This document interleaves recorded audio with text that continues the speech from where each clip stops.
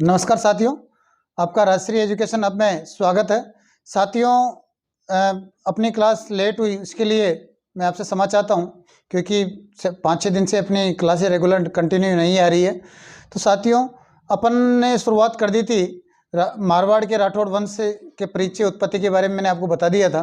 बाकी आज अपन जो स्टार्ट करने जा रहे हैं वो करेंगे राव आस्थान से। किससे? राव आस्थान से। तो मैं आपका टाइम ना खराब करते हुए सीधा टॉपिक की ओर चलता हूँ। साथियों, अगर मेरा वीडियो आपको अच्छा लगे तो चैनल को लाइक करना, मतलब चैनल को सब्सक्राइब करना और ज़्यादा से ज़्यादा लाइक करना। ठीक है साथियों, अब मैं आगे बढ़ता हूँ ताकि आपका भी समय बर्बाद ना हो। साथियों, आज मैं जो बात कर रहा हूँ वह है मारवाड़ का राठौड़ वंश। मारवाड़ का जो राठौड़ वंश है, मेवाड़ के बाद में अगर जिनका ज़्यादा वर्चस्व है तो वह है मारवाड़ के राठौड़ वंश का। तो मारवाड़ के जो राठौड़ वंश है तो उसमें अपन बात कर रहे हैं राव आस्थान की।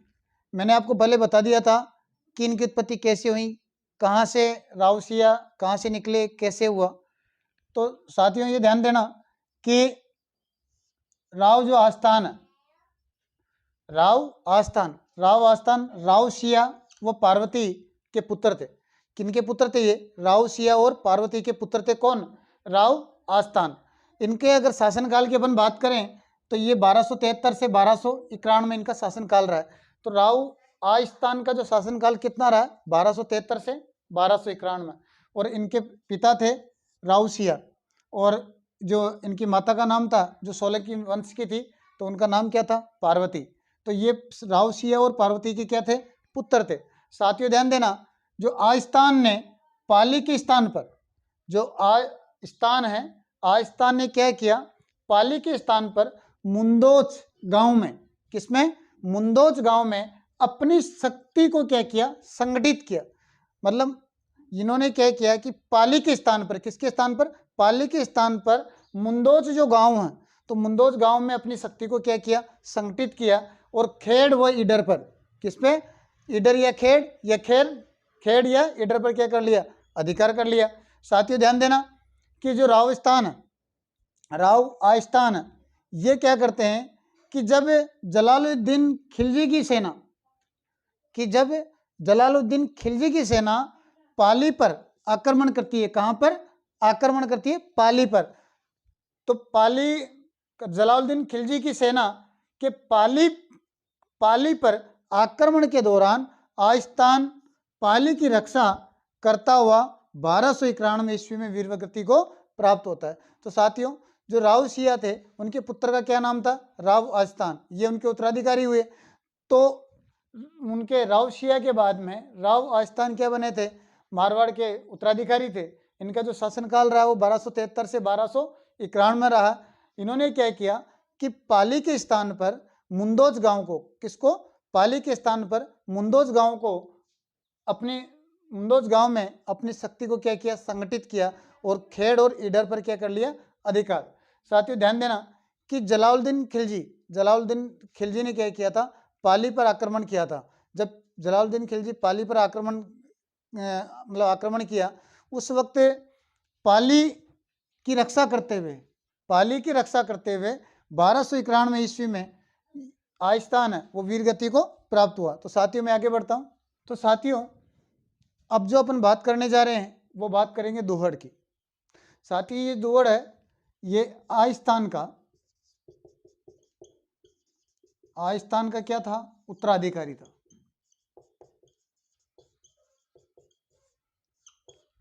मतलब ये दुहड़ है, इनका शासनकाल रहा है 1291 से 1309 ईस्वी। साथियों, ये दुहड़ आस्थान का क्या रहा है? उत्तराधिकारी रहा है। अगर मैं बात करूं कि ये जो दुहड़ है, इसने प्रतिहारों को हराकर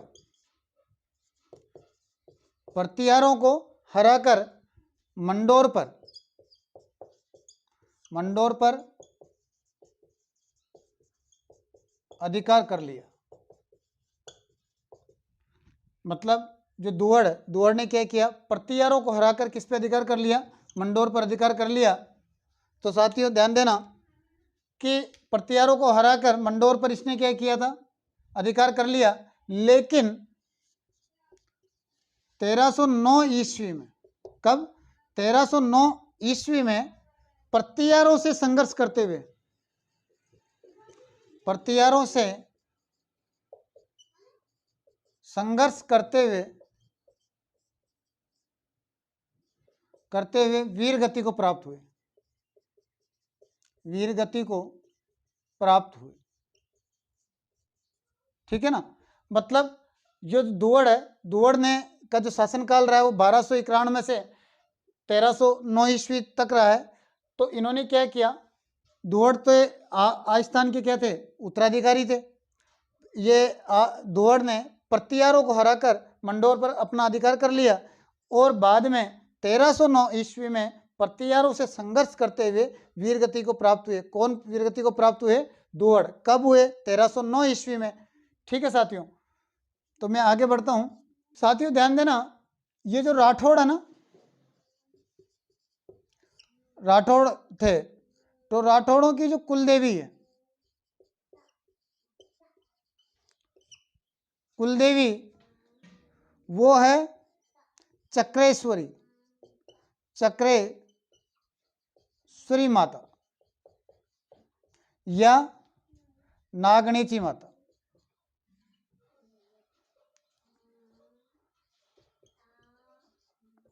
नागणेची माता।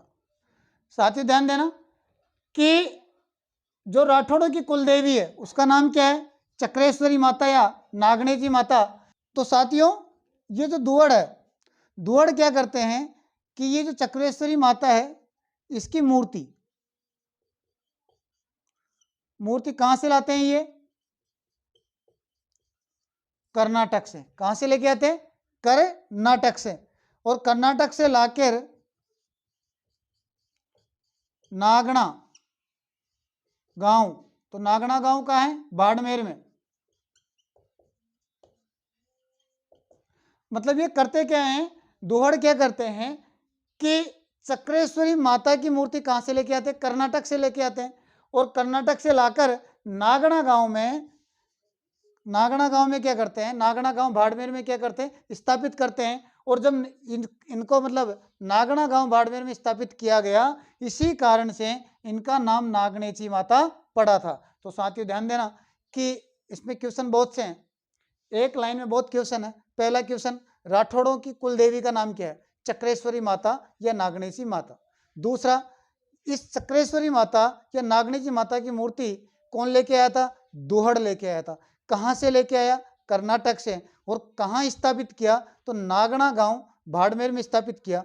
और इन्हें चक्रेश्वरी माता को नागणेची माता क्यों कहते हैं? क्योंकि दुहड़ इनको जो दुहड़ ने इनकी स्थापना कहाँ की थी? नागणा गांव बाड़मेर में, इसीलिए इनको क्या कहते हैं? नागणेची माता। साथियों दुहड़ के बाद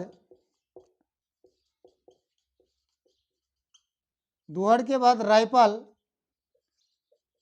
शासक बना।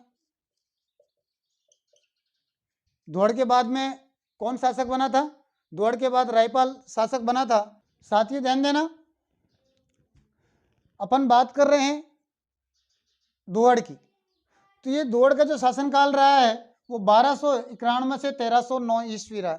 कब रहा है? 1291 से 1309 ईस्वी। ये किन के उत्तराधिकारी थे? आस्थान के उत्तराधिकारी थे। प्रतियारों को हराकर, इन्होंने प्रतियारों को हराकर मंडोर पर क्या कर लिया था? अधिकार कर लिया। और 1309 ईस्वी में प्रतियारों से संघर्ष करते हुए ये वीरगति को प्राप्त हुए। लेकिन साथियों ध्यान देना कि जो राठौड़ों की जो कुलदेवी है, तो राठौड़ों की कुलदेवी का नाम क्या है? वो है चक्रेश्वरी माता। क्या नाम है? चक्रेश्वरी माता। इन्हीं को नागणेची माता कहते हैं, क्योंकि नागणा गांव बाड़मेर में दुहड़ ने मतलब माता की स्थापना की थी, इसी कारण उसको नागणेची माता कहते हैं। और दुहड़ इस मूर्ति को कहाँ से लेके आए थे? कर्नाटक से लेके आए थे। दुहड़ के बाद में वहाँ जो शासक बनते हैं वो बनते हैं रायपाल। तो साथियों कल अपन बात करेंगे राव छाड़ा और राव चूंडा के बारे में। तो साथियों अगर मेरी क्लास आपको अच्छी लगी हो तो ज़्यादा से ज़्यादा शेयर करना, वीडियो को लाइक करना और मेरे चैनल को सब्सक्राइब करें। साथियों जय हिंद।